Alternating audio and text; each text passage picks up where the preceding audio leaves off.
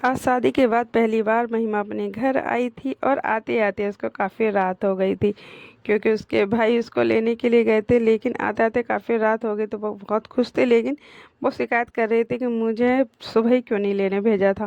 तो हमने कहा कोई बात नहीं, अगली बार रहने के लिए आ जाना, क्योंकि आज वो एक रात के लिए आई थी तो उसे ऐसा लग रहा था कि अभी तो आई हूँ और कल ही चली जाऊँगी। लेकिन हमने उससे कहा कि अगली बार ना तो जी 2-4 दिन रहने के लिए बुला लेंगे। तो ऐसा ही हुआ और अगला दिन भी जल्दी से हो चुका था और उसके ससुराल वाले उसको लेने के लिए आ चुके थे। तो हमने उनका अच्छे से वेलकम किया और नाश्ता कराया। वो लोग भी काफ़ी खुश थे और वो बहुत तारीफ़ कर रहे थे महिमा की, बहुत ही उन्हें अच्छा लगा। हम थोड़ी देर बाद लेकर चले गए थे उन्हें होटल पे खाना खिलाने के लिए, क्योंकि हमने वहीं पर उनका अरेंजमेंट किया था। खाना आने में अभी देरी थी तो सब अपने अपने ग्रुप पे बैठे थे और इतने बातें कर रहे थे।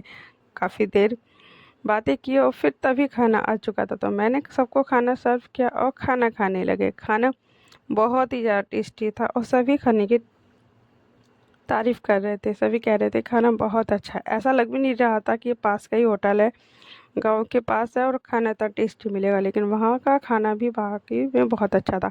काफ़ी देर होने के बाद हम लोग आने लगे थे अपने घर, क्योंकि हमें घर आना था और फिर उन लोगों को भी अपने घर जाना था। तो हम लोग घर आ गए और टाइम हो चुका था विदाई का।